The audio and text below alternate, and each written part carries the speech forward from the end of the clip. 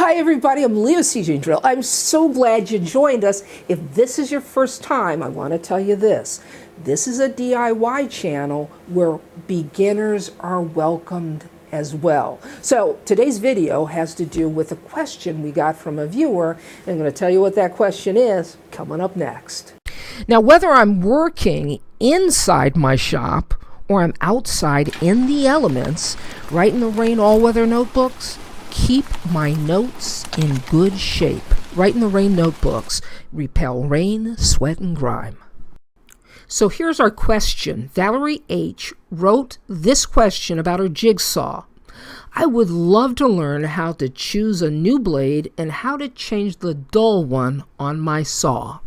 Now, the first thing you want to determine before you even purchase a jigsaw blade is, well, what is the shank? See that up at the top? That's called a T-shank. This over here is a straight shank or a U-cut. See that U in there? And what I will tell you is, depending upon the model of jigsaw you have, it's really going to dictate whether or not you're using a T-shank, which is the most popular, or the straight U-shank. Now let's move on to selecting a blade. Now what I will tell you is in my shop, I keep a combo pack like this. Okay, let's just move this aside for now so I can explain. It really depends on what you're cutting, what blade you're gonna use. So the thing to remember is the fewer the teeth, the more aggressive the cut, okay? And it's gonna be faster too. And then the more teeth you have, the cleaner the cut, but it's going to take you a little bit more time to cut through that wood. So to illustrate that, this blade here, it has 6 teeth per inch, and that's the aggressive one. Now the one that really creates a cleaner cut has 10 teeth per inch, and that's this one here. So our next blade is a scrolling blade. This is for wood as well, but it's got 12 teeth per inch, and if you notice, it's a little thinner, right? Well, that is because this blade will allow you to make very tight, curvy cuts. So let's slide this one aside. Now, next up, this is interesting. This is what they call a down cut blade, and it's for laminate. And it's down cut because you don't want to damage laminate as you're cutting it. You don't want to chip it. So this blade here is the only one that have teeth pointing down. Let me pull in one of the wood blades again so you can see. Notice how the teeth orientation for the wood cutting blade is very different than the down cut laminate.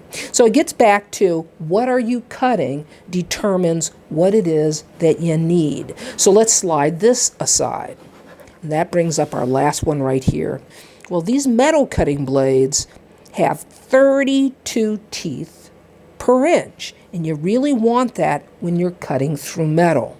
Now these blades here, they represent the most common blades you're going to find in the combo pack that I showed you right before we got started pointing out each individual blade. But what I want to tell you is you can get into even more specialized blades than these here.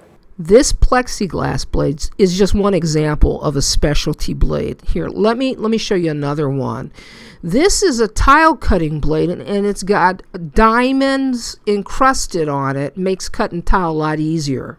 So before you change the blade out or you make any adjustment, make certain that it's not plugged in. You don't want your tool energized because you want to keep these, right? So here we are at a jigsaw, right? There's a blade already in, and it's really secure. If I pull up and down on it, you know it's in there, right?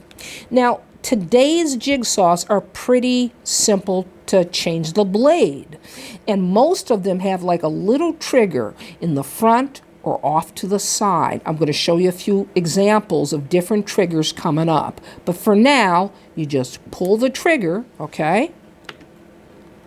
And it releases the blade. Now what I'm going to do is I'm going to flip it over because we're going to install the next blade, and I want you to be able to see what's going on, okay? See that roller there? Well, what you want is you want the blade to ride right between those two rollers. That's your guide, okay? And you want to insert it into the tool down. So what we're going to do is we're going to pull down on that trigger. We're going to roll our blade across those rollers and slide into the tool, let go of the trigger, and pull up. And there you go, it's locked in. So my jigsaw probably isn't your jigsaw, right? So what I'm going to do is I'm going to show you some of the other locations for these triggers here on different models and what they look like, because they may look different too.